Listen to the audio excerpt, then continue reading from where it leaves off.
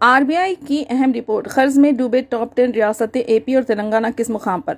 Reserve bank of India ने इंकशाफ किया कि मुल्क की कई रियासतें भारी कर्ज में डूब चुकी है। पिछले सालों के मुकाबले में रियासत का कर्ज नुमायां तौर पर बढ़ गया है।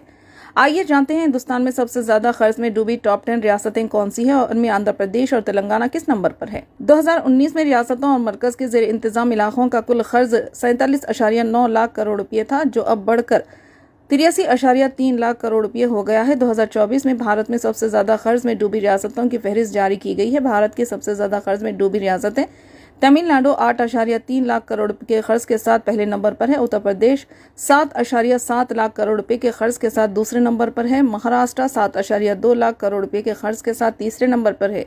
मगरबी बंगाल 6.6 लाख करोड़ के कर्ज के साथ चौथे नंबर पर है। कर्नाटक 6 लाख करोड़ रुपए के कर्ज के साथ पांचवें नंबर पर है। राजस्थान 5.6 लाख करोड़ रुपए के साथ छठे नंबर पर है। आंध्र प्रदेश 4.9 लाख करोड़ रुपए के कर्ज के साथ सातवें नंबर पर है।